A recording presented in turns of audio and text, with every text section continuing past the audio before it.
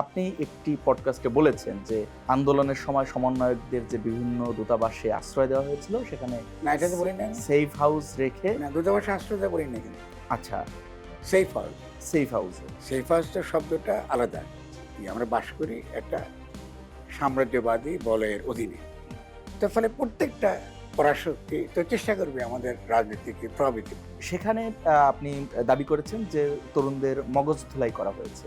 আপনারা সাংবাদিকরা কিন্তু এই পুরো গণঅভ্যুত্থান যেটা হয়েছে গণবিরোধী ভূমিকা পালন করেছে। না, আমরা ব্যাখ্যা শুনতে চাই। যে বাংলাদেশে যে মার্কিন যুক্তরাষ্ট্র এই সরকার বদলের চেষ্টা করছে, ওদের ভাষায় রেজিম চেঞ্জ, এটা তো আমি আগেও বলেছি, তখন তো আপনার কারবার করেন না। রাইট। এটা তো আমি গণ অধিকার পরিষদে মিটিং বলেছি, অনেকবারই বলেছি। কারণ হচ্ছে শেখ হাসিনার সরকার তাদের জন্য একটা বিরাট ঝুঁকি হয়ে যাচ্ছে। ঝুঁকির কেন?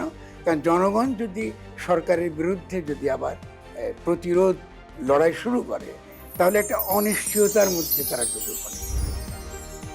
প্রশ্নোত্তর শনি ও রবিবার রাত ৮টায় দেখুন গ্রিন টিভি।